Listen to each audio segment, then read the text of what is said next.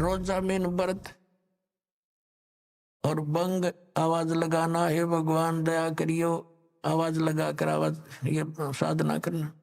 तो कहते हैं उस हजरत मोहम्मद जी जहां से ये आदेश लेकर आए थे उसमें भी उस काल भगवान ने भी इनको बिस्मल करने का आदेश नहीं दिया था। क्या बताया है कि रोजा बंग नमाज दे रे, बिस्मल की नहीं बात कही रे।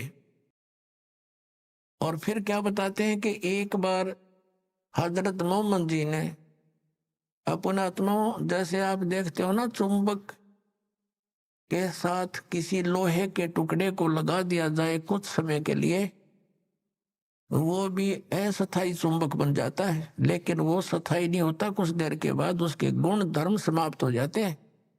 ऐसे ये जितने भी महापुरुष उस परमात्मा से मिले थे, इनको लेकर गए थे सतलोक से वापस छोड़ा था, इनके अंदर सिद्धियां आ गई थी, अपने आप आ जाती उस बालक के संपर्क मात्र से, ऊपर से उस लोक से वापस आने में इतने तो अपने आप इनके चिपट जाती है। वो इतनी ये सिद्धियां, असंख्य सिद्धियां पड़ी है।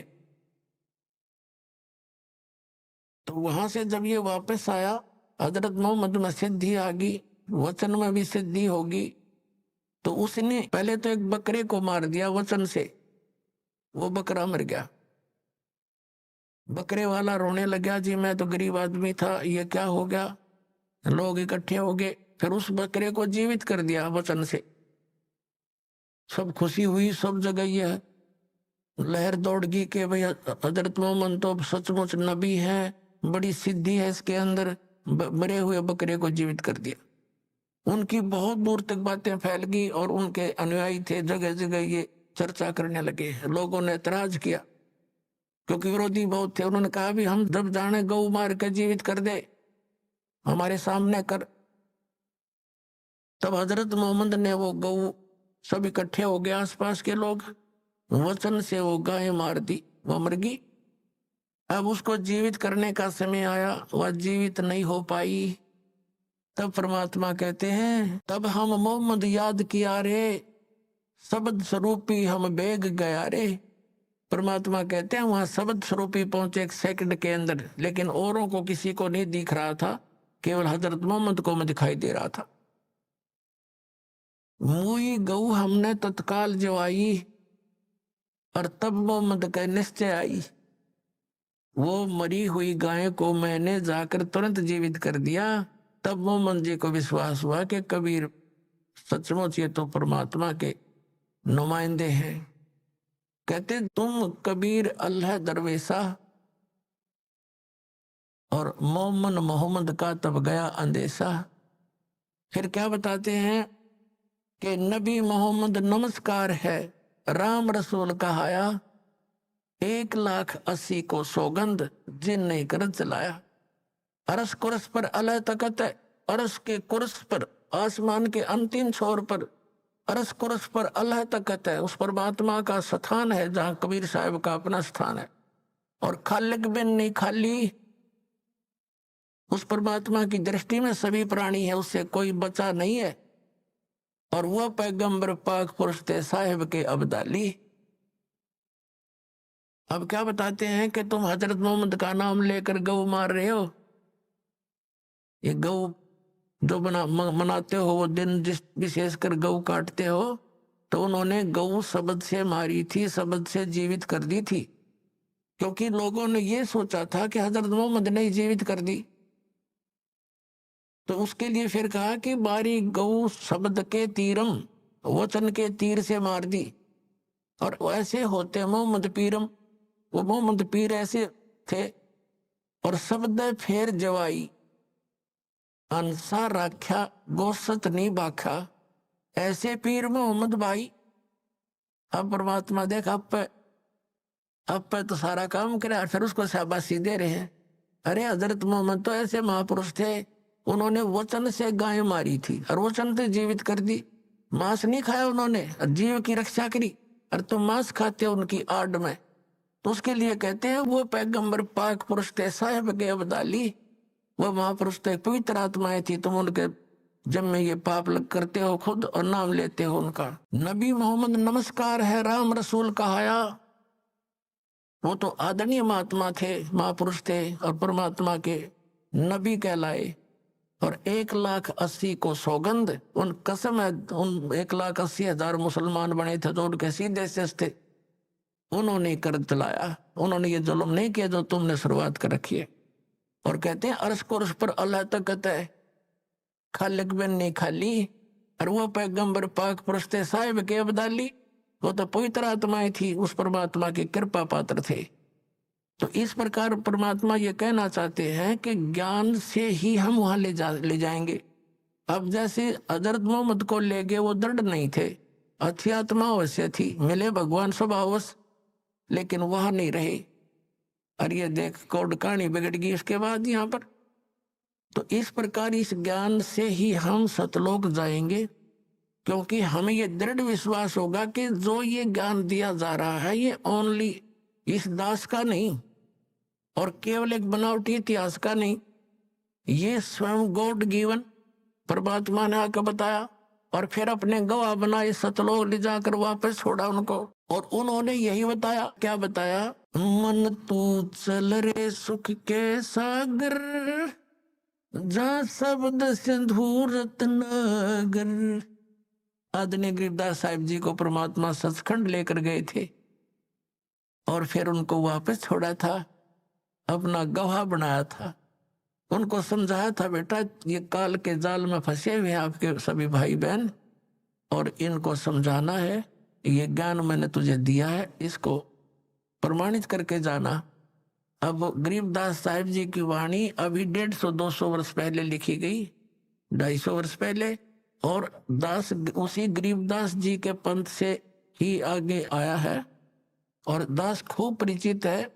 परमात्मा ने ऐसी सख्त हिदायत दे रखी थी गरीबदास जी को, और गरीबदास जी ने आगे फिर ऐसी सख्ती से काम लिया कि इस वाणी में अगर किसी ने फेर बदल किया तो उसकी खैर नहीं रहेगी।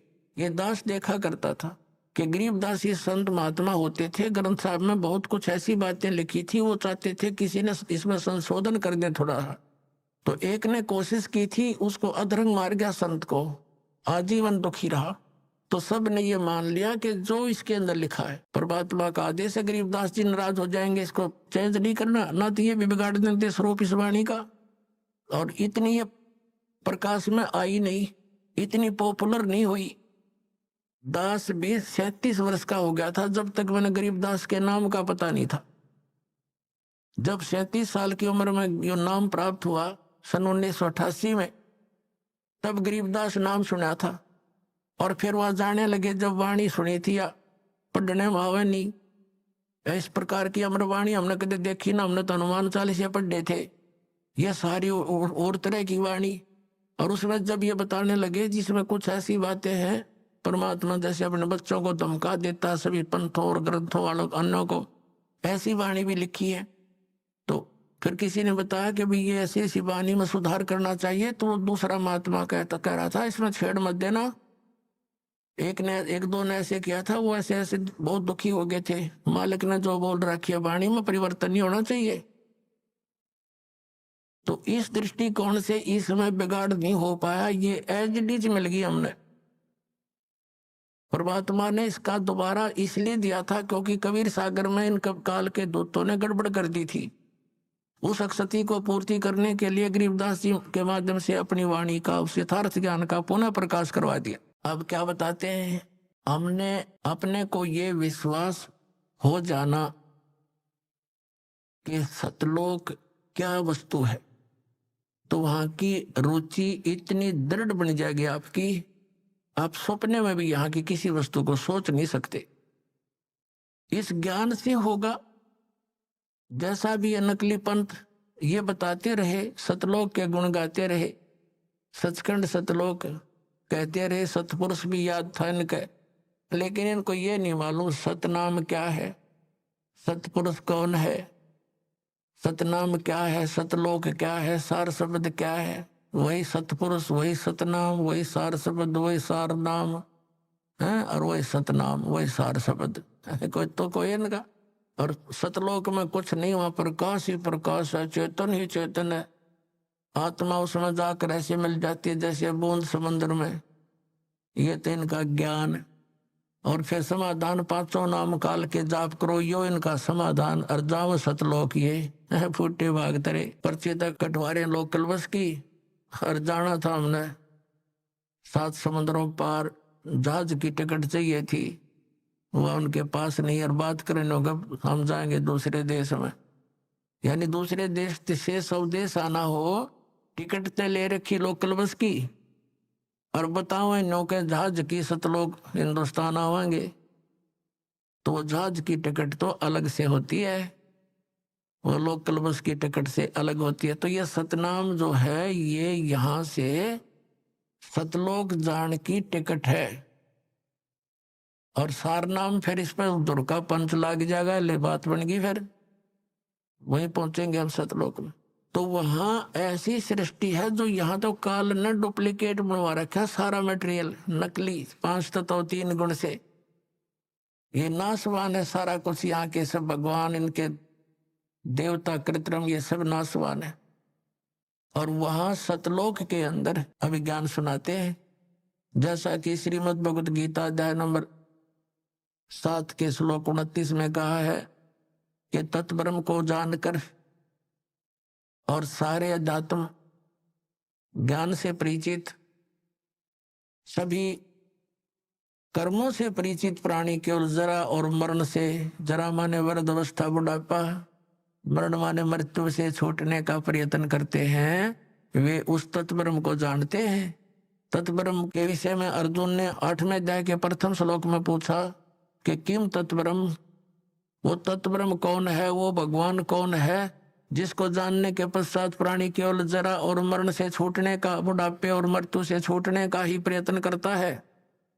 8वें अध्याय के 3रे श्लोक में गीता जी में गीता ज्ञानदाता ने कहा वो परम अक्षर ब्रह्म है, यानी गीता ज्ञानदाता से अन्य है और वो वास्तव में अविनाशी परमात्मा है। गीता जी अध्याय नंबर 15 के श्लोक नंबर 17 में कहा है कि उत्तम पुरुषत्व अन्य परमात्मा इति उदाहरते, यह लोक धर्म अविश्य विवर्ती अवैश्वर है, वो अविनाशी परमात्मा है और बाकी ये सभी नासवान है। गीता ज्ञानदाता स्वयं कहता है अर्जुन तेरे और मेरे बहुत जन्म हो चुके हैं। गीता जी अध्याय नंबर 4 के श्लोक नंबर 5 और 9 में, गीता अध्याय नंबर 2 के श्लोक नंबर 12 में, गीता अध्याय नंबर 10 के श्लोक नंबर 2 में ये स्पष्ट किया गीता ज्ञानदाता ने कि अर्जुन तेरे और मेरे बहुत जन्म हो चुके हैं, तू नहीं जानता मैं जानता हूं। तो गीता ज्ञानदाता नासवान, और गीता अध्याय नंबर 15 के श्लोक नंबर 16 में 2 पुरुष बताए हैं, वो दोनों नासवान, सर पुरुष और अक्षर पुरुष, क्योंकि उसमें स्पष्ट किया है कि ये और इनके अंतर्गत जितने प्राणी हैं सब सथोल इनका नासवान है। जीवात्मा तो किसी की मरती नहीं, इसलिए 15वें अध्याय के 17वें श्लोक में कहा है कि उत्तम पुरुष है तो अन्य है परमात्मा इति उदाहरते, जिसे परमात्मा कह सकते हैं वो है परमात्मा श्रेष्ठ आत्मा। श्रेष्ठ आत्मा वो होती है जो कभी दुख नहीं देके और सुख सुख देता है, और जहाँ गेला टांग काटे और मौत करे और बढ़िया मोहन भोजन खिलावे यहाँ काजू किशमिश, तो श्रेष्ठ आत्मा थोड़ा हुआ। ये सब कुछ भी खिलावे और लेकिन दुख ना दे, ना मृत्यु हो, वो है श्रेष्ठ आत्मा, वो परमात्मा है, वो हमारा प्रभु है, परमेश्वर है। और यह लोक धर्म अविश्य विवर्ती, अविश्य मन प्रवेश करके, अवैश्वर है, वो अविनाशी परमात्मा है। तो यहाँ क्या बताया है, और वो सतलोक में रहता है। गीता जी अध्याय नंबर 18 के श्लोक नंबर 62 में कहा कि अर्जुन तो सर्वभाव से उस परमेश्वर की शरण में जा, उस परमेश्वर की कृपा से ही तो परम शांति को और सनातन परम धाम को प्राप्त होगा। शाश्वत स्थान, कभी नाश ना होने वाला स्थान, और वहां जाकर परम शांति होगी। अब क्या बताया है, जैसे इन महापुरुषों ने भी यही बताया कि सचखंड में ये सुख है, सचखंड में ऐसा सुख है, सतलोक में ऐसी सुविधाएं हैं, वहां चलेंगे बिल्कुल ऐसे ही सृष्टि होगी, लेकिन मृत्यु कभी नहीं होगी। पुण्यात्मा अगर हमारी यहाँ मृत्यु ना हो तो गर्मी सर्दी न तो देख ले, हम इतने ढीठ हो रहे हैं, कोई बात ना, इसके तो हम सहन करने के आदि पड़ गए। और बुढ़ापा ना हो फिर हम कदे भी ना जा उड़े तो तेरी हमने वहां की, और गेला मृत्यु हो बताइए, यह तो सबसे बुढ़ा काम। सारा जीवन जिस व्यवस्थापक के करने में लगे रहते हैं, मेरे तो बुढ़ापा जब लास्ट एज आती है इसकी सब तक सारा शरीर कंडम हो जाता है, उठा जाता ना बैठा जाता, ना काम करती ना जाड़ करती। पहले तक कह रही यही टूट ले इस पे, और फिर आगे यम के दूध गड़े। तो परमात्मा कहते हैं जो सच्ची भक्ति नहीं करते, कहते हैं जीवित जग में जूती पड़े फिर जब तोड़े छाती। परमात्मा ने बहुत गहरा ज्ञान समझाया पुण्यात्मा, यो घने दिन में समझ में आओगा आपका, क्योंकि आप पहले कक्षा के बालक हो, कोई दूसरी कक्षा का, यानी कोई 2 वर्ष से, कोई 1 वर्ष से, कोई 6 महीने से, कोई 1 महीने से। तो लगे रहना इसमें, क्योंकि ये कोर्स है कंप्लीट, और ये आखिरी सांस तक पढ़ना पड़ेगा आपने। जब तक आप पृथ्वी पर हो, यह समझ लो आपका प्रवेश है इस विद्यालय में, इस कॉलेज में। और जब ये तुम्हारी पढ़ाई पूरी हो जाएगी तब यहाँ से चले जाओगे, यहाँ नहीं रहोगे, सतलोक जाओगे सीधे। वहां सुविधा मिलेंगी सारी इस पढ़ाई से।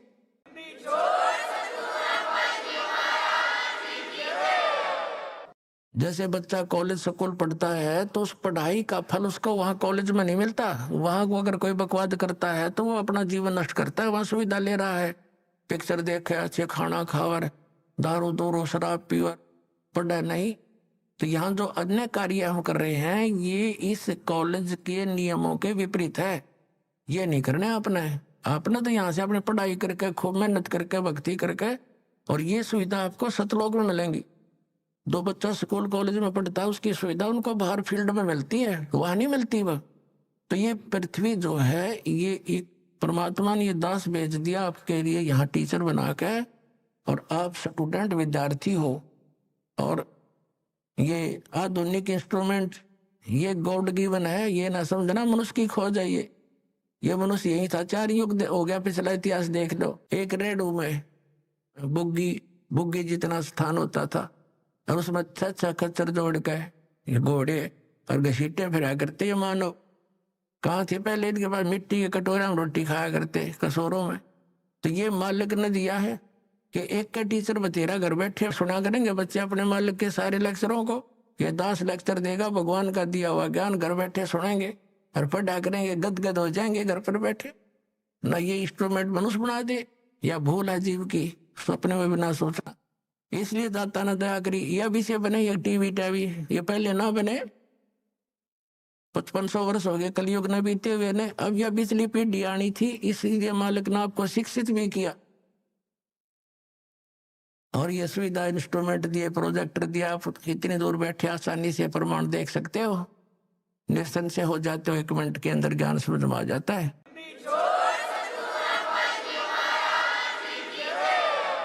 अब वो सतलोक कितना सुखदाई है।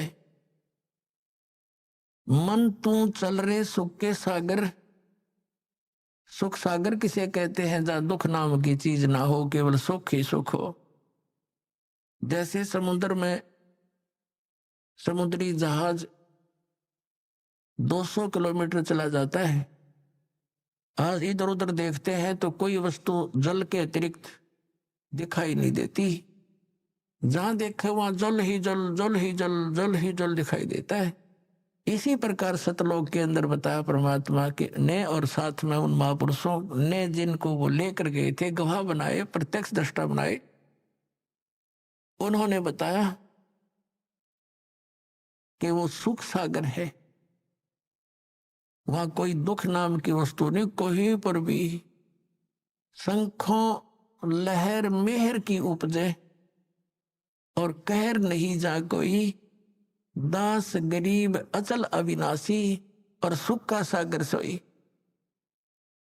अब क्या बताते हैं गरीबदास साहिब जी, परमात्मा के प्रत्यक्ष दृष्टा, भगवान को देखकर, वहां के स्थान को देखकर। जैसे पुण्यात्माओं दास के साथ तो बहुत बार बनी है ये कहानी।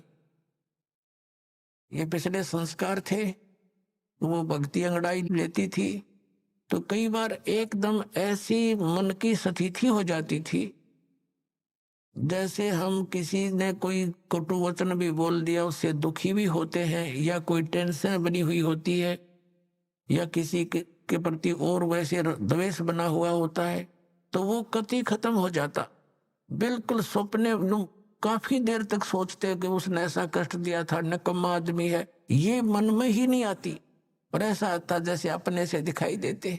कोई टेंशन किसी प्रकार की अपने आप नष्ट हो जाती, कुछ देर तक रहती वह, उसके जाने के बाद फिर देखते हैं वही जो की तो वैसा ही उसने ऐसा कर दिया, देख उसने ऐसा नहीं करना चाहिए था, और वो चिंता वो टेंशन फिर स्टार्ट हो जाती। तो वो एक मेहर की लहर थी, यानी अपना दुश्मन भी मित्र दिखाई देता था। वह लहर ऐसी हिलोर उठी अंदर से, और उसके जाने के बाद फिर वो कर न्यू का न्यू, वो न्यू कर दिया, वो न्यू हो गया, ऐसा हो गया, फलाना हो गया, वो कैसे होगा। तो ये कहर की लहर शुरू होगी, वो मेहर की लहर थी। तो गरीबदास साहब जी कहते संखो लहर मेहर की उपजे। वहां सारे ऐसे उमंग उठे, किसी के प्रति द्वेष से नहीं हो सकता, करने से चाहने से नहीं हो सकता, वहां व्यवस्था ऐसी है। और वहां कोई राग द्वेष की बात तक होना, कोई अभाव नहीं किसी चीज का। यहाँ तो हम डाकू बन गए, धनी बनने के लिए लुटेरे बन गए, डाके मारे, रिश्वत लें हैं और मिलावट करे, 36 पंगे पाक जुगाड़ सा जोड़े, सुखी होना चाहे दूना दुख हो जाता है। इससे पाप इकट्ठे हो जाते हैं आपके सिर पे। वो धन तो आपके पास रहना नहीं, किसी और कारण से निकल जाएगा, और पाप सुरक्षित रह जाएंगे, वो तूने भोगने पड़ेंगे आप जी ने। अब परमात्मा क्या बताते हैं कि संखो लहर मेर की उपजे, और कहर नहीं जा कोई, दास गरीब अचल अविनाशी, सुख का सागर सोई। वो सुख सागर है सतलोक, जहां अचल अविनाशी शाश्वत स्थान, वो सतलोक है। और फिर क्या बताते हैं, जब तक आप सतलोक में नहीं जाओगे, परम संत तुम्हें नहीं मिलेगा, तब तक आप यहाँ काल की व्यवस्था की जितनी भी पूजाएं साधनाएं वेदों तक की कर रहे हो, या अन्य जो साधना इस तत्व ज्ञान के अतिरिक्त कर रहे हो, उनसे क्या प्रतिफल आपको मिलेगा। क्या बताते हैं, कोट जन्म तन वर्मत हो गे, कुछ ना हाथ लगा रे, कुकर सुकर खरबया बोरे, कौआ हंस बुगारे। कोटि जन्म तू राजा के, ना मिटी न मन की आशा, भिक्षुक होके दर दर घूम लिया, मिला न निर्गुण रासा। इंद्र कुबेर ईश की पदवी, ब्रह्मा वर्ण धर्मराया, विष्णुनाथ के पुर को जाके तो फिर भी वापस आया। असंग जन्म तन मरता हो गे, जीवित क्यों न मरे रे, द्वादश मद महल मठ बोरे, बहुर न दे धरे रे।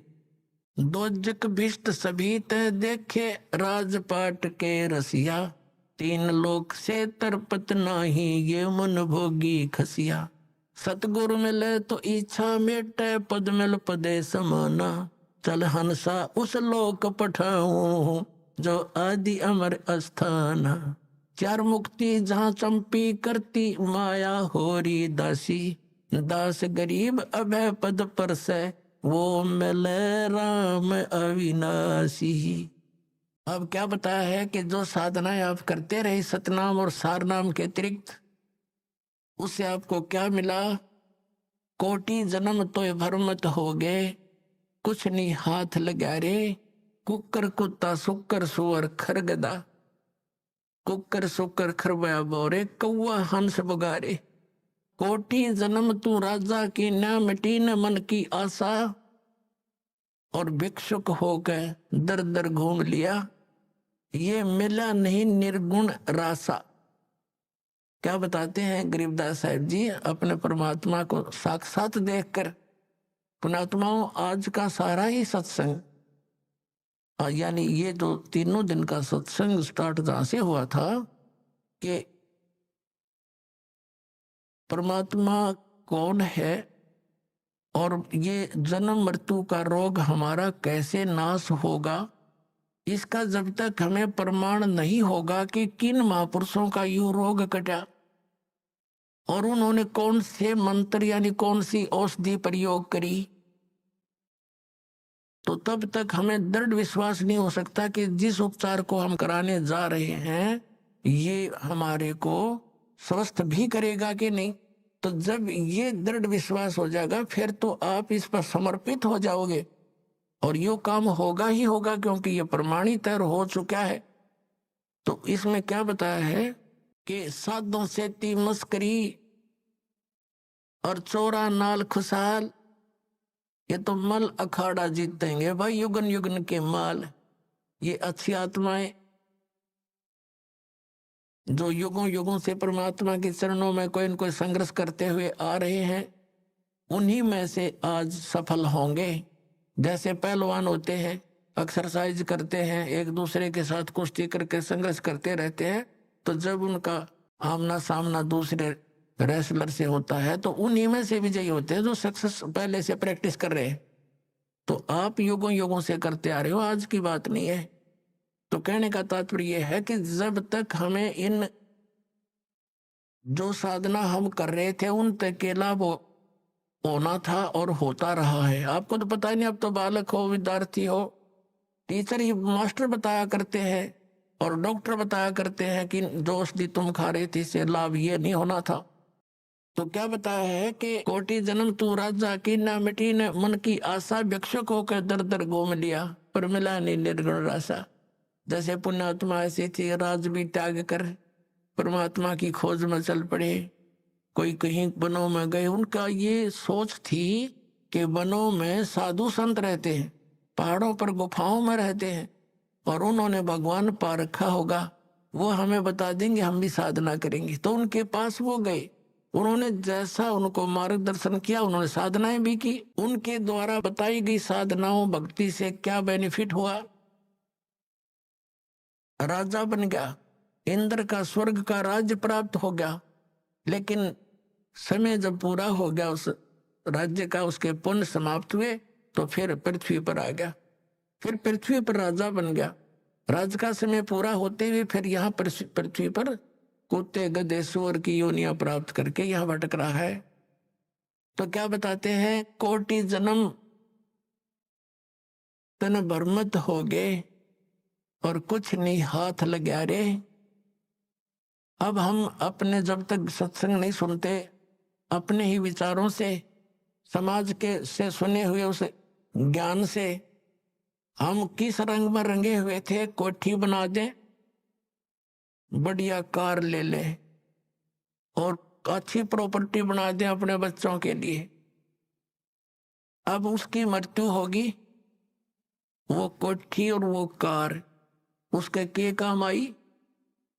कुछ दिन के बाद बच्चे भी दुर्घटना से या कोई रोग से मर गया, कोठी वहीं रहेगी। तो कहने का भाव यो है, परमात्मा कहते हैं कि कोट जन्म तन बरमत हो गए, कुछ नहीं हाथ लगा रे। या मृत्यु होगी, पुण्य पाप के आधार से स्वर्ग और नरक में गया, वहां अपने समय का जितना निर्धारित था स्वर्ग का पूरा किया, फिर नरक का निर्धारित समय पूरा किया, फिर 83 लाख योनियों को भोगने के लिए पृथ्वी पर, और पृथ्वी पर आ गया तो फिर कुत्ता बन गया। कुत्ते का समय पूरा होते गधे की योनि में, गधे का पूरा होते फिर सूअर की योनि में। अब यहाँ गरीबदास साहब जी ने बताया है, आगे गए ना बावड़े और रहते भी सब्जा। बावड़े माने वापस आए, और रहते भी सब्जा, और बिन साहिब की बंदगी की तो ठोर ठिकाना ना। अब जैसे यहाँ पुण्य पाप किए, पुण्य के आधार से स्वर्ग गए। अभी आपको बताया स्वर्ग का समय पूरा होते ही बाई फोर्स, जैसे यहाँ जबरदस्ती मृत्यु आपकी की जाएगी, ऐसे जबरदस्ती वहां से मृत्यु करके आपको नरक के अंदर, नरक का समय पूरा होते हुए फिर कर चलो गधे की योनि में, गधे का समय पूरा होते चल कुत्ते की योनि में, उसका पूरा होते चल सूअर की योनि में। तो पुण्यात्माओं, फिर एक टर्न वाइज एक नंबर, एक मनुष्य जीवन फिर से मिलता है प्राणी को 84 लाख योनियों के कष्ट भोग कर। तो उसके अंदर अगर संत नहीं मिले और ये मार्ग नहीं मिला, तो फिर वही चलो चलो वो उसको लो में फिर गिर जाओगे। पूरा प्रोसेस है ये 84 लाख योनियों के अंदर घूमने का। तो इसके लिए बताते हैं कि कोट जन्म तन भरमत हो गए, कुछ ना हाथ लगा रे, और कुकर सुकर खरबया बोरे, कौवा हंस बगारे। कोटि जन्म तू राजा की ना मिटी न मन की आशा, और भिक्षुक होकर दर दर घूम लिया मिला ना निर्गुण रासा। आप ऐसे भी साधक रहे हैं किसी जन्म में, जैसे घर त्याग गए और फिर क्योंकि घर त्याग दिया जंगल में जा बैठा, और जंगल में भूख लगी, वन से फिर वापस आया, भिक्षा मांगी, ऐसी ऐसी भी पुण्यात्माओं की जानकारी हमें मिली कि ये ऐसे साधना करता था, गांव से रोटी मांग लाता था, सूखी साकी जैसी कोई देता था, और एक दो रोटी खाता था, बाकी टांग देता था कपड़े में बांध के वृक्ष के। वो सूख जाती थी 2-3 दिन, उन्हीं को भिगो भिगो कर खाता था, फिर दूसरे तीसरे दिन फिर मांगने जाता था। तो परमात्मा कहते तुम ऐसे भी साधक रह चुके हो, इतनी श्रद्धा से ऐसे संयमी भी रहे, और जिस कारण से आपको क्या मिला, इंद्र कुबेर ईश की पदवी, ब्रह्मा वरुण धर्मराया, विष्णुनाथ के पुर को जाके तो फिर भी वापस आया। ओए, ऐसी साधना, ऐसा कति वैराग बना करके, सब कुछ त्याग करके, इतना संयमी रह करके कठिन साधनाएं करने से भी तुझे क्या मिला, इंद्र कुबेर ऊपर के देवता बना दिया। इंद्र किसे कहते हैं? स्वर्ग के राजा को। अपनात्मा हम तो यहाँ एक MLA MP सरपंच बन जाना सोचो, पता नहीं क्या बन गए, अनजानपने में, बगैर ज्ञान के ये बकवाद भाव प्राणी को। अब इससे तुलना हो जाएगी कि राज की क्या आवश्यकता है, कि कैसा है ये राज्य। ये इंद्र कैसे बनता है? या तो ये इतना पुण्य करे, धर्म यज्ञ करे, 100 मन देसी घी, एक मन में 40 किलो, 100 मन देसी घी एक बार की यज्ञ में लगावे, उसमें हवन भी हो, भंडारे भी हो। अब जैसे जिसमें 100 मन घी यानी 4000 किलोग्राम जैसे घी लगेगा, तो वहां अन्य खर्चा कितना होगा, आटे नमक मिर्च दाल का, तो वो तो गिनती है नहीं फिर। तो ऐसी ऐसी 100 यज्ञ करे जिसमें 100 मन देसी घी प्रयोग हो, और उसके लिए कुछ कंडीशन है, टर्म एंड कंडीशंस है उसकी, कि ये अगर मर्यादा भंग होगी तो वो यज्ञ आपकी मान्य नहीं जाएगी, और 100 यज्ञों में से एक भी खंडित होगी तो नए सिरे करनी पड़ेगी। फिर उससे क्या मिलेगा, इंद्र की पदवी मिल जाएगी। इंद्र का यानी स्वर्ग का राजा इंद्र होता, जैसे प्रधानमंत्री मान लो भारत का राजा। तो इस प्रयत्न से, इस क्रिया से उसको इंद्र की पोस्ट मिलेगी, उस प्राणी को स्वर्ग का राजा बन जाएगा। अब उस स्वर्ग के अंदर तो आम व्यक्ति भी जाकर ने सोचा मैं सुखी हो जाऊंगा, बोलेपन में अज्ञानता से। अब परमात्मा हमें क्या ज्ञान देना चाहते हैं, इस ज्ञान से आपको सतलोक की इच्छा जागृत होगी। अब क्या बताना चाहते हैं परमात्मा, कि आप तो यहाँ छोटे से राज्य को प्राप्त करने की चेष्टा करते हो, और वो इंद्र का राज्य इतनी साधना करने से प्राप्त होगा। दूसरा उसका तरीका है, इतना तप करे, तप से राज भी प्राप्त होता है, और फिर उसमें भी टर्म एंड कंडीशन होती हैं।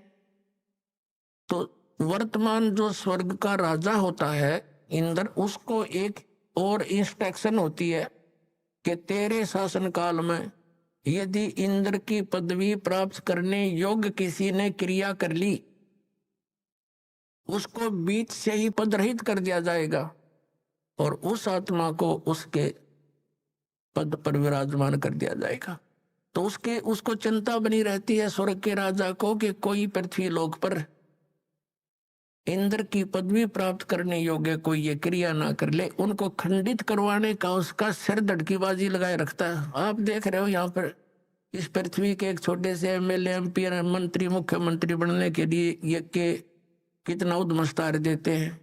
आपको मालूम है राजनीति कितनी खतरनाक है, और वहां भी वही राजनीति, वो इतने घटिया सतर के कर्म कर देता है इंद्र, सोच भी नहीं सकते। अपनी पत्नी को भी भेज देता है अपने स्वार्थ सिद्धि के लिए किसी गैर पुरुष के पास। तो खाक है ये राजनीति। तो ऐसे एक मार्कंडे नाम के ऋषि बंगाल की खाड़ी में तपस्या कर रहे थे। इंद्र के हलकारे यानी उसने गुप्तचर छोड़ रखे होते हैं पृथ्वी पर, उनके देवता यहाँ गुप्त रूप में घूमते रहते हैं, और उनके अंदर उनके ऐसे सूक्ष्म शरीर होते हैं ये लंबी डिटेल बन जाएगी जब मैंने ये चैप्टर दूसरा शुरू कर दिया, क्योंकि आपने आज तक ज्ञान तो सुना ही नहीं है, उस अज्ञान को ज्ञान मान के ग्रहण कर रखा है। लेकिन सिंपल सा इतना है कहेंगे कि उसके हलकारे गुप्तचर सीआईडी वाले घूमते रहते हैं, और उन्होंने पता लग गया कि ऐसे एक ऋषि मार्कंडे नाम के ऋषि बहुत समय से बैठे हैं, तपस्या कर रहे। इंद्र को चिंता बन गई कि कहीं तेरी गद्दी प्राप्त ना कर ले। उसकी उस तप को भंग कराने के लिए, साधना को डिस्टर्ब करने के लिए उसने एक उर्वशी भेजी। एक औरत आई खूबसूरत, और उसने उस ऋषि के सामने थोड़ी सी दूरी पर डांस करना शुरू कर दिया, नाचना शुरू कर दिया। और वहां का एक सिद्धि से वहां का वातावरण ऐसा बना दिया जैसे ना गर्मी ना सर्दी, और सुगंध उठ रही हो जानो चारों तरफ से, ऐसे जानो ऐसा बड़े मनमोहक वातावरण बना दिया। अब वो नाच रही है, मार्कंडे ऋषि आधी आंखें खुली हैं आधी बंद है। जब उसने सारे डांस कर लिए, अंत में वो निवस्त्र होगी, तब मार्कंडे ऋषि बोले, है बेटी, है माई, है बहन, आप यहाँ किस वास्ते आई? तब उर्वशी ने कपड़े पहनते हुए कहा कि हे ऋषि, मेरे स्वरूप को देखकर यहाँ अन्य इस बनखंड के, इस वन के, डिवीजन के, इस टुकड़े के जितने ऋषि महर्षि थे उनके वो तो डामाडोल हो गए, और छोड़ कर इस तप ने खड़े होकर लाग गए देखन मेरे को। लेकिन आप ना जाने आपकी समाधि कहाँ गई हुई थी, ये आप जानो, आप डगमग नहीं हुए। तब मार्कंडे ऋषि ने बताया कि मेरी जो समाधि थी, समाधि क्या होती है कि यहां बैठे वो अपनी दूरबीन से, अंदर की आंखों से, ये अपनी अपनी भक्ति से रेंज घटती बढ़ती रहती है। वो कह रहा है कि मैं ब्रह्मलोक में मैं डांस देख रहा था, और वहां नाचने वाली औरतों की तेरे जैसी तो 7-7 नौकरानी थी। तो तेरे डांस ने के देखूं, तेरे से इतनी सुंदर थी वो, जिनकी तेरे जैसी तो नौकरानियां थी। वहां मैं समाधि लगा रहा था। अपन आत्माओं, ये तत्व ज्ञान है, इसे दूध और पानी छनेगा, अलग अलग हो जाएगा। एक तरफ तो ये है कि मार्कंडे ऋषि ने अपनी साधना को सर्वोच्च मान रखा था। तो उर्वशी कहने लगी कि महाराज, आप एक बार इंद्रलोक में चलो।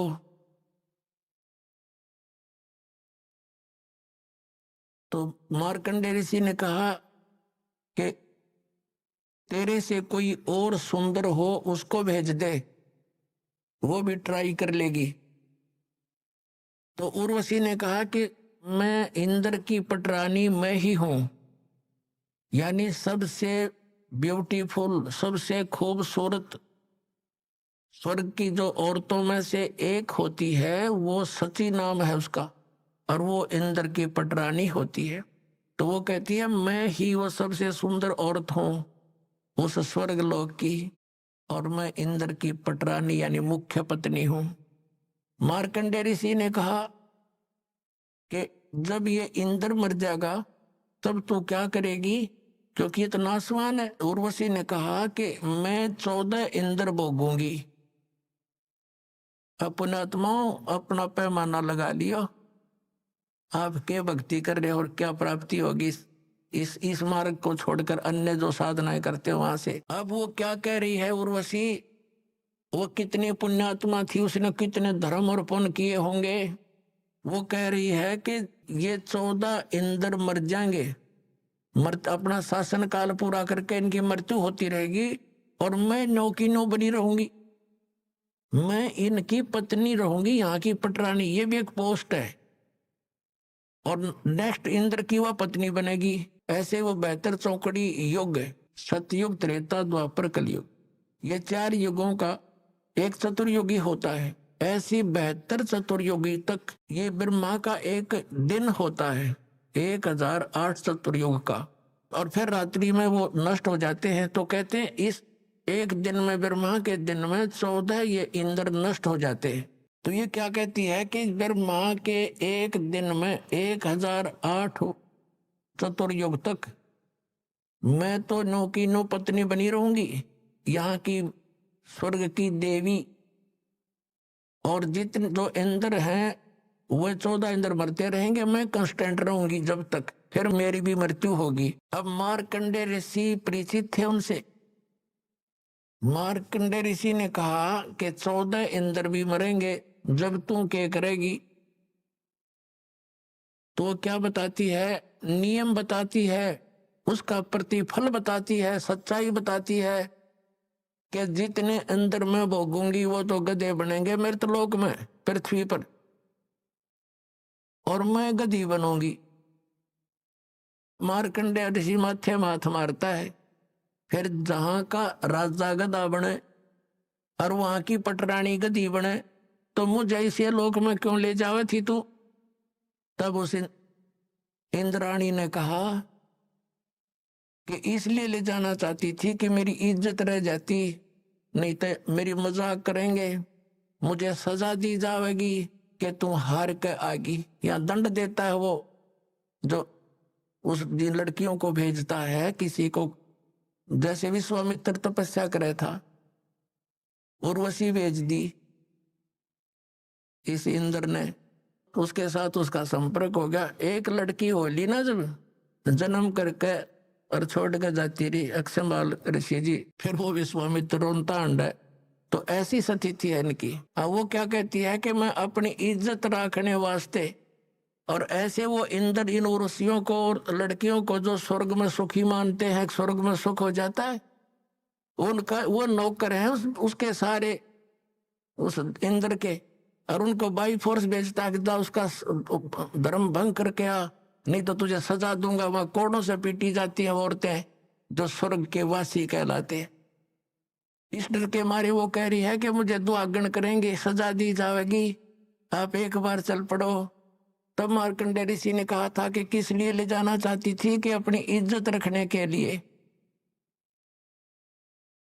नहीं तो यूं कहेंगे तू भी हार के आएगी। सबसे सुंदर थी, सबसे शक्तिशाली थी। जब मार्कंडेय ऋषि ने कहा ए बोली आत्मा, तू आज भी गधी, क्योंकि 14 खत्म करेगी, और मृत्यु के बाद तू स्वीकार कर रही है परमानेंट गधी, तो फिर गधी का भी इज्जत किसी, और इज्जत की ठेकेदार नहीं बनी बैठी, तो भाग यहां से। फिर क्या हुआ कि इंद्र आ गया वहां पर, स्वर्ग का राजा आ गया और कहने लगा, हे बंद निवाज, हम हारे तुम जीते, इंद्र की गद्दी प्राप्त करो। मार्कंडेय ऋषि कहने लगा, अरे अरे अरे इंद्र तू क्या कह रहा है, इंद्र की गद्दी तो हमारे लिए काग की बीट है, हमें नहीं चाहिए, तो ये रख अपने को। और फिर मार्कंडेय ऋषि ने कहा, इंद्र बात सुन बैठ जा। अब इंद्र तो खुश हो गया कि ऋषि ने बख्श दी मेरी गद्दी वापस, अभी हमने तो इतना ज्ञान है।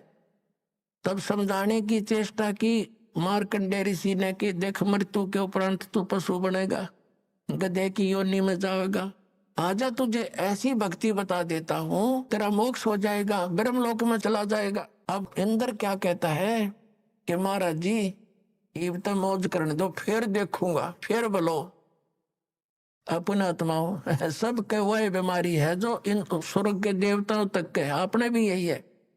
अब जैसे ये दास किसी को, अपने मित्र प्यारे को, जैसे दास जूनियर इंजीनियर की नौकरी करता था जेई की, तो उन अपने साथियों को भी कोशिश की समझाने की, जो जिसको थोड़ा सा ज्ञान स्वभाव था उसको बैठा के समझाने की चेष्टा की।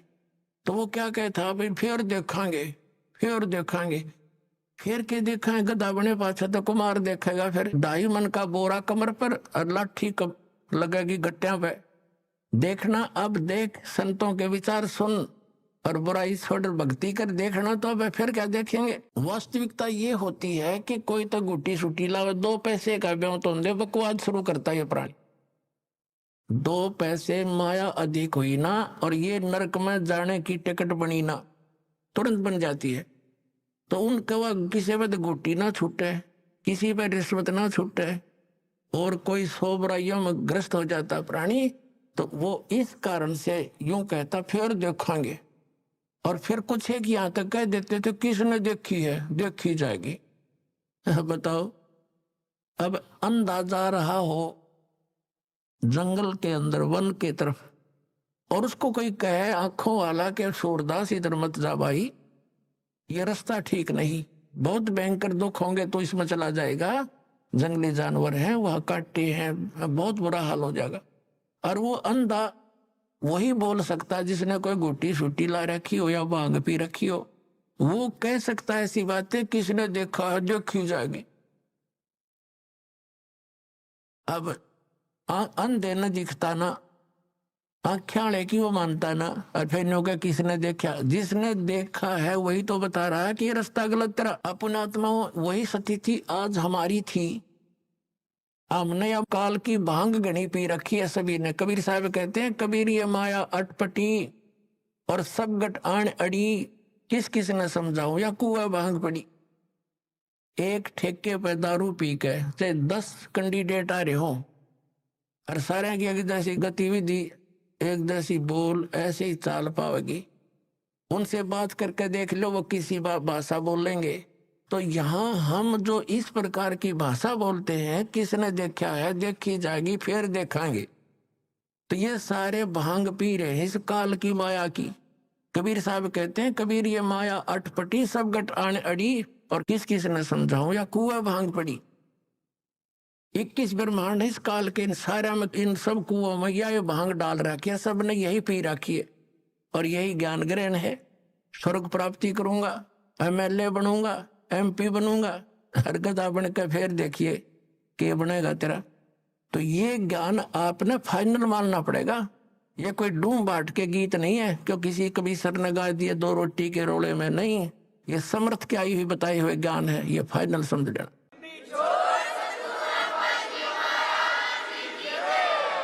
अपन आत्माओं अब मार्कंडे ऋषि की सतिथि देखते हैं। अब ये तत्व ज्ञान है और ये दास परमात्मा ने इस मार्ग का मास्टर बना दिया। अब दास चाहता है कि आपको भी ये ज्ञान दूं, आप भी खुद दृढ़ हो और अन्य को भी समझाने की चेष्टा करो या नाम दिलाओ ला करके। अब जैसे ये कहते हैं ना समाधि लगाओ, और हम ये भी सुना करते थे हजारों हजारों वर्ष तक महापुरुष समाधिस्थ रहते थे। ये मन इतना उस्ताद है, आप कहीं बस की इंतजार में बैठ जाओ ना बस स्टैंड पर, आपको ये मालूम भी हो कि आध घंटे में आओगी बस, फिर भी मन 2 मिनट के बाद उठ कर न देखेगा, कोई भी खुड़का सुन जा, यानी वहां भी ना चैन से बैठने देता ये। और ये समाधि में बैठने दे किसी, वैसे बैठने दे किसी को।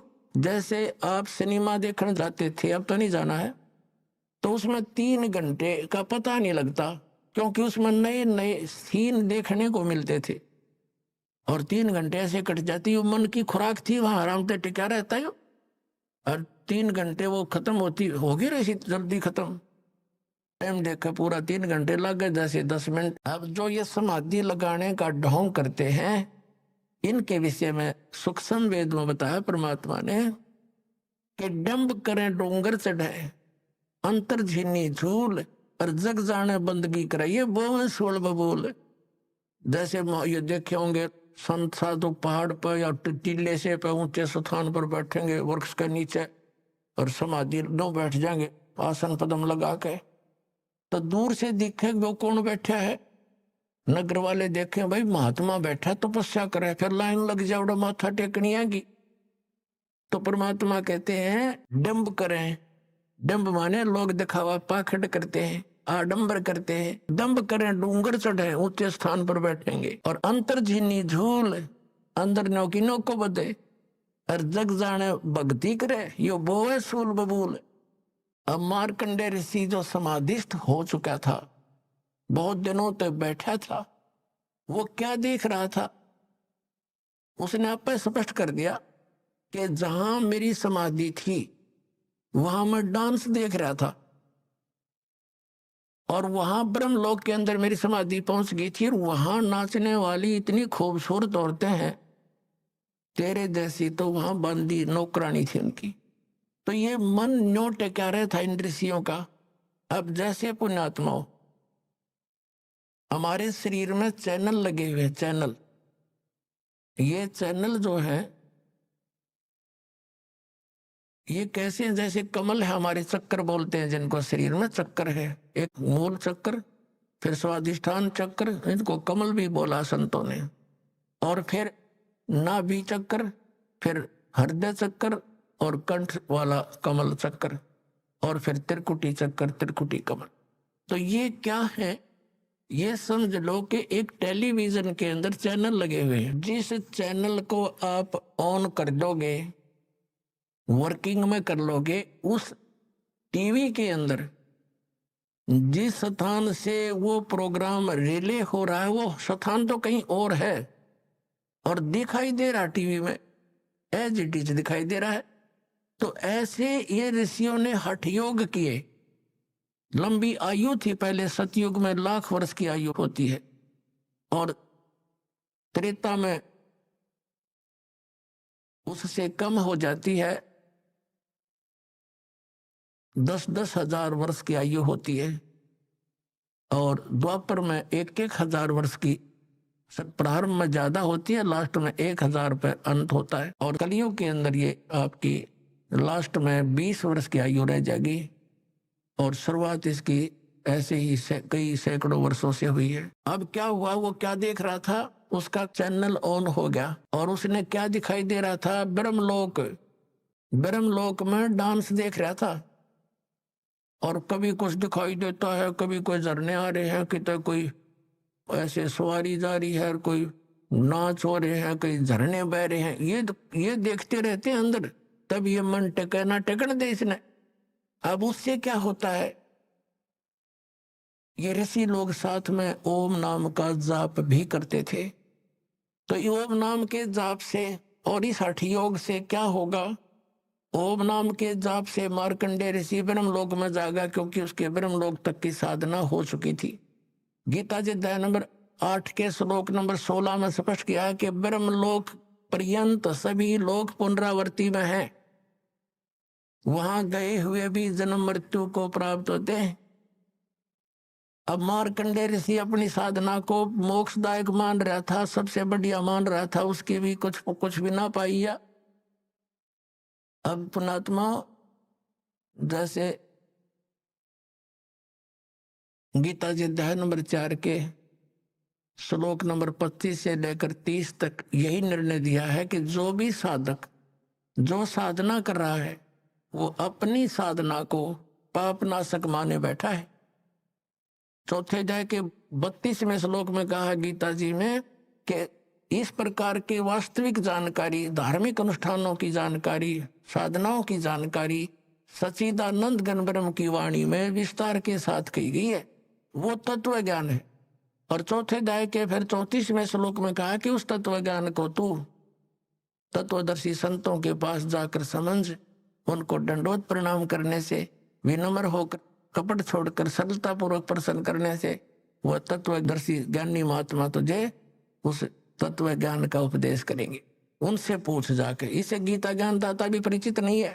तो ये मार्कंडेय ऋषि अपनी साधना को उत्तम मान रहा था, और परमात्मा के उस तत्व ज्ञान से, उस पैमाने से नाप के देखेंगे। इसने क्या बताया है, इंद्र कुबेर ईश की पदवी ब्रह्मा वर्ण धर्मराया, विष्णुनाथ के लोक को जाके तो फिर भी वापस आया। हाँ। ये ब्रह्म लोक तक गए हुए प्राणी भी वापस आते हैं, आपने प्रमाण देख लिया 8वें अध्याय के 16वें श्लोक में गीता जी में। फिर क्या बताते हैं, असंग जन्म तन मरता होगे, जीवित क्यों न मरे रे, 12 मद महल मठ बोरे, बहुर न देह धरे रे। असंग जन्म तन मरता होगे, जीवित क्यों न मरे रे। अब जीवित मरना क्या है पुण्यात्माओं, एक तो इच्छाओं का दमन करना।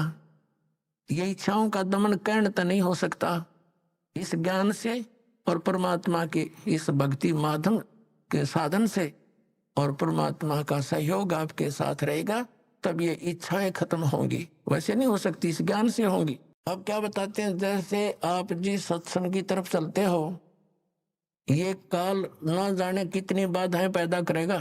बाकी किसी संत के पास जाओ, नो प्रॉब्लम, क्योंकि उसको पता है वहां गया गया तेरे काम थे।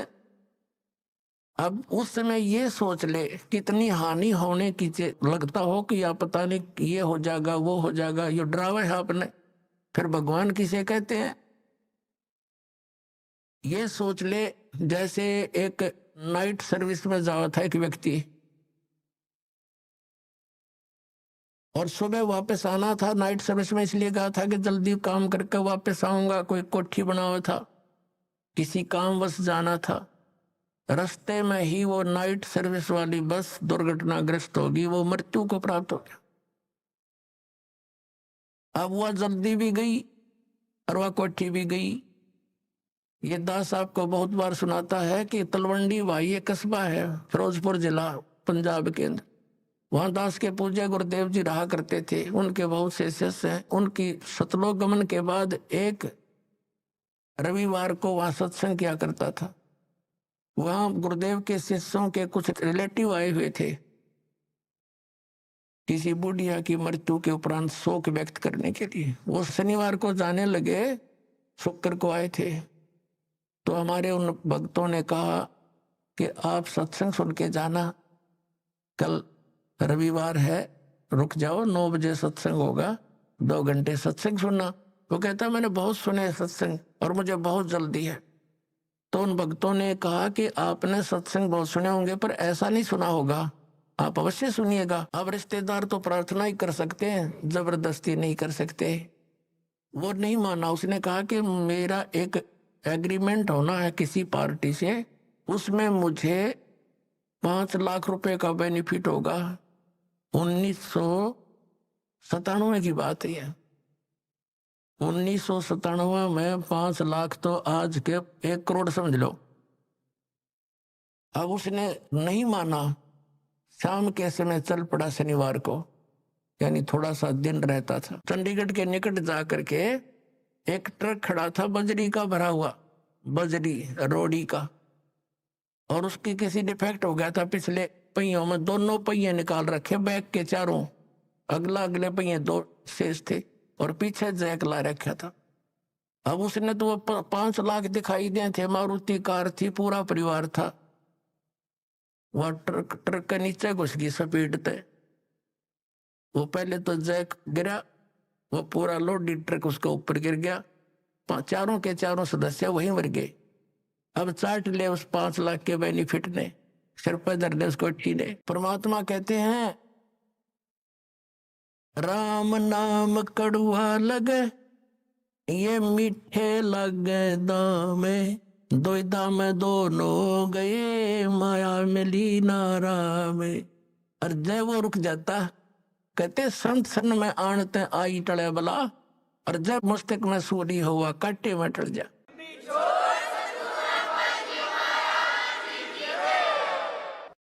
तो जब ये मन ऐसी बकवाद करे तो नो सोच ले मेरी मृत्यु हो जा आज, तो फिर इस काम न कौन करेगा। कहते हैं हम व्यक्ति भी काम छोड़ने काम होया करे। हम बच्चों को छोड़ते हैं 14 साल के लिए पढ़ने के लिए फ्री बेटा, और खर्चा करते नारा, और 2 रोटी के लिए।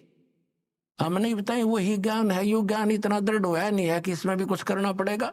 इतना शीश दे देंगे हम इसमें भी, जब ये समझ में आओगा। ये कंपलसरी है, ये तो बहुत जरूरी है, अनिवार्य है हमारे लिए। और वो मजबूरी है पेट के लिए। तो ये सोच ले कि मेरी आज मृत्यु हो जा, फिर कौन करे। तो नो सोच कर चल पड़, 2 दिन 3 दिन जैसा तेरी इच्छा हो कि मर गया मैं, चल भाई। अब 2 दिन 3 दिन यहाँ रहोगे, सत्संग सुनोगे, सेवा करोगे, परमात्मा के पुण्य इकट्ठे होंगे, ज्ञान सुनोगे। और 3 दिन में कोई, वैसे तो भगवान की कृपा से ऐसी हानि होया नहीं करती, कभी नहीं होती। और मान लीजिए आपकी उन सामाजिक व्यवहार से सोचें तो कोई हानि छोटी मोटी होगी तो फिर ठीक कर लेंगे, जा करके उसको पूर्ति कर लेंगे। और ये परमानेंट टिकट भी तो कट सके है, फिर क्या कर लेंगे। अब सोचना परमात्मा कहते हैं, जैसे एक प्रसंग था, कबीर ये तन जावेगा सके तो ठहर ला। जैसे पुराने समय में हमने देखा, एक कड़ी वुडन बैटन होती थी, कड़ी काठ की, और एक वुडन बीम होता था, सतीर, और उसके ऊपर मकान की छत डाली जाती थी। और कई बार एक आधी कड़ी टूटन न हो जाती, या वो सतीर वुडन बीम में क्रैक हो जाता, उसमें बैंड हो जाता, तो उसके नीचे एक सपोर्ट दे दिया करते, लकड़ी के कोई बल्ली ला देते मोटा सा, तो वो उसको बोलते ठाहर। वो ठाहर ला दी नीचे, तो निश्चिंत हो गए। फिर वो मनमाना 20 वर्ष ना खराब हुआ वो छत। और नीचे वो ठाहर ना लाते तो वो सारी छत गिर जाती, सारा मकान नष्ट हो जाता। तो वो कड़ी की ठाहर ला दी, नीचे से सपोर्ट दे दी उसको।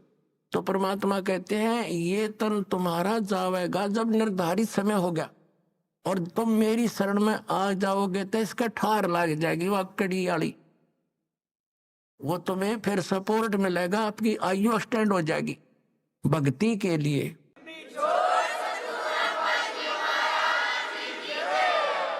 अब कबीर परमात्मा कहते हैं, कबीर ये तन जावेगा, और सके तो ठाहर ला, लगा सकता है तो लगा ले ये सपोर्ट को। क्या बताइए ठाहर, एक सेवा कर सतगुरु की और गोविंद के गुण गा, यानी सतगुरु को खोज कर पूरे संत से उपदेश लेकर नाम जाप कर, फिर यह ठार लग जाएगी, यह तेरी एक्सटेंशन हो जाएगी आयु की। अब क्या बताते हैं कि असंग जन्म तन मरता होगे, जीवित क्यों ना मरे रे, और 12 मद महल मठ भोरे बहुर ना दे धरे रे। अभी तक 10वें द्वार तक ही की महिमा आप सुनते आए हो।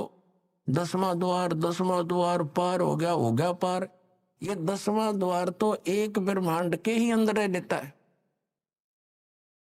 और एक कबीर पंथी है जम्मू में, उसके सत्संग सुनते हैं, वो उसके भगत बताते हैं, हमारा गुरुजी गर्मी खिड़की बताओ, गर्मी खिड़की है। वो नौका मेरे जैसा ज्ञान धरती पर नहीं, पूरे विश्व में नहीं। एक हल्दी की गांठ से पंसारी नहीं बनता। और 11वां द्वार तो काल के ही जाल में है। जिस 11वें द्वार की वो उसने पता ही नहीं क्या है, बोला सुरती में है, सुरती में है, सुरती में 11वां द्वार। सुरती तो द्वार के अंदर से पार होएगी, इन्हें खक नहीं पता, ज्ञानिया ने मूर्ख बना रहे जनता को। अब क्या बताया है कि 11वां द्वार जो है 21 ब्रह्मांड है इस काल के, 21 ब्रह्मांड को पार करके, और 7 संग ब्रह्मांड है उस अक्षर पुरुष के, उस अक्षर पुरुष के लोक में प्रवेश होते हैं सरपुरुष के लोक से। तो वो है 11वां द्वार जो अक्षर पुरुष के लोक में प्रवेश कराओगा। लेकिन अक्षर पुरुष के लोक में फिर हम यहीं रह गए, पार नहीं हो सके। तो फिर 12वां द्वार है जो 7 संख ब्रह्मांड काल के पार करके और सतलोक में प्रवेश करता है। इन सब जगह लोक लगे हुए हैं और इस सतनाम के बगैर वो खुल नहीं सकते। तो वहां 12वें द्वार को पार करके वो सतलोक है, वो स्थान है जहां जाने के बाद फिर लौटकर प्राणी संसार में कभी नहीं आते। उनका जन्म और मरण का दीर्घ रोग समाप्त हो जाता है। असंग जन्म तन मृत्या होगे, जीवित क्यों ना मरे रे, और 12 मद महल मठबो रे। 12वां द्वार पार करके वहां वो मठ है, वो स्थान है, बहुर ना दे धरे रे, जहां जाने के बाद फिर लौटकर कभी संसार में यहां नहीं आते। ये मिट्टी की देह प्राप्त नहीं होती, वहां तो नूरी शरीर मिलता है। फिर बताया है कि दोजक बहिष्ठ सभी तैं देखे राजपाट के रसिया, और 3 लोग से तरपत नाही यो मन भोगी खसिया। यहाँ एक सरपंच बन जाता है तो इच्छा बनती है चेयरमैन बनूं। चेयरमैन बन जाता है तो सोचता है अगली बार एमएलए का दाव लगे। एमएलए बनने के बाद उसकी नीयत होती है कि मैं मंत्री बनूं। मंत्री के बाद उसकी नीयत ऑटोमेटिकल काल प्रेरणा है कि मुख्यमंत्री बनूं, तब बात बने, ना तो कोई आनंद नहीं आया। मुख्यमंत्री की नीयत रहती है कि मैं प्रधानमंत्री बनूं। हर जो बनना था वो तो काम करा नहीं, और फिर गदा संतरी बने मेरे कहने, क्योंकि तब से राज राज मदमानम और जन्म तीसरे शुक्र सवानम। अब क्या बताते हैं परमात्मा? दोजक माने नरक, बहिष्ट मीन स्वर्ग। दोजक बहिष्ट सभी ते देखे राजपाट के रसिया, और तीन लोक से तिरपत नाही ये मन भोगी खसिया। इसने चाहे तीन लोक भी दे दे तो भी इतना इसकी व्यर्थ, इतनी घटिया वृत्ति है, न सोचो और देख लो कि तो पा जाता। अरे इतना मृत्यु हो जा फिर यही सैर सपट्टा करता फिर कुत्ता बनकर गलियों में जो ठेठू खावे ये।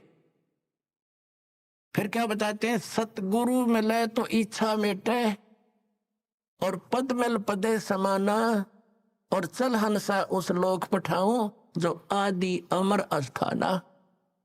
यानी सतगुरु मिलेंगे, सच्चे संत मिलेंगे, सतगुरु मिले तो इच्छा मेटे, पद मिल पदे समाना। श्रीमद् भगवत गीता अध्याय नंबर 15 के श्लोक नंबर 4 में कहा है कि जब तत्वदर्शी संत मिल जावे उसके पश्चात परमेश्वर के उस परम पद की खोज करनी चाहिए, जहां जाने के बाद साधक फिर लौटकर कभी संसार में नहीं आते। उसके लिए क्या बताया है? गीता ज्ञानदाता तो कहता कि तत्वदर्शी संतों की खोज करो। गीता जी अध्याय नंबर 17 के श्लोक नंबर 23 में कहा कि उस परम पद के पाने की ओम तत्सत इति निर्देश है ब्रह्मण त्रिविध समर्थ है। उस 3 मंत्र के जाप से वो परम पद प्राप्त होगा। ये पद्धति है। पद्धति माने वे ऑफ वर्शिप, पूजा का मार्ग, पूजा की पद्धति। अब यहाँ देखो ये है सूक्ष्म वेद, ये इस वेद से भी गूढ़ रहस्य रखता है जो आम वेद आप पढ़ते और सुनते आए हो। इसमें क्या बताया है कि सतगुरु मिले तो इच्छा मिटे, वो ऐसा ज्ञान देगा कि यहाँ से अपने आप मन हट जाएगा और सच्चाई है सारी है। सतगुरु मिले तो इच्छा मिटे, और पद मिल पदे समाना। पद मिलने से, पद माने पद्धति, यह 3 मंत्र का जाप ये पद्धति है।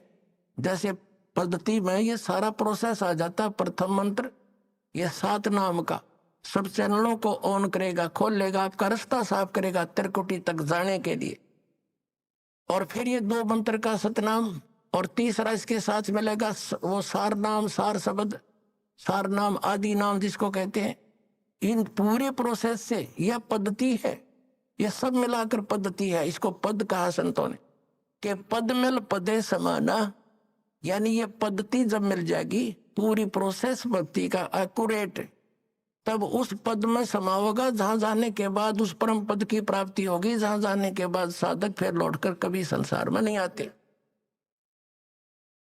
सतगुरु मिले तो इच्छा मेटे, पद मिल पदे समाना, और चल हंसा उस लोक पठाऊं जो आदि अमर अस्थाना, जो शाश्वत स्थान है। गीता जी अध्याय नंबर 18 के श्लोक नंबर 62 में कहा है कि अर्जुन तो सर्वभाव से उस परमेश्वर की शरण में जा, उसकी कृपा से ही तो परम शांति को और सनातन परम धाम को प्राप्त होगा। फिर क्या बताया है वहां क्या सुख है? 4 मुक्ति जहां चंपी करती, जो इन यहां तुम चौथी 4 मुक्तियां मानते हो इस नकली लोक में, और ये तो अस्थायी है, किसी की नहीं रह सकती। वहां जाने के बाद भी चौथी मुक्ति प्राप्त प्राणी भी पुनः जन्म मृत्यु के अंदर आता है, और वहां ये सुख तुझे सदा बना रहेगा। 4 मुक्ति जहां चंपी करती, यानी तेरे नौकरानी बनकर खड़ी रहेंगी, तेरी सेवा महादर सुविधाएं पड़ी रहेंगी तेरे चरणों में वहां सदा। 4 मुक्ति जहां चंपी करती, माया होरी दासी, और दास गरीब अभय पद पर से वो मिले राम अविनाशी। होय होय।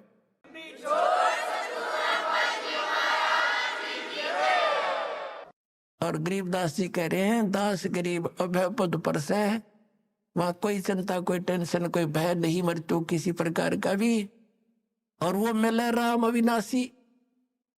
गीता जी अध्याय नंबर 15 के श्लोक नंबर 17 में कहा है कि उत्तम पुरुष है तू अन्य परमात्मा इति उदारते, यह लोक तरम आवी से विवर्ती। अवय ईश्वर है, वो है अविनाशी भगवान, वो परम अक्षर ब्रह्म है, वो कबीर देव है, वो कबीर परमात्मा है।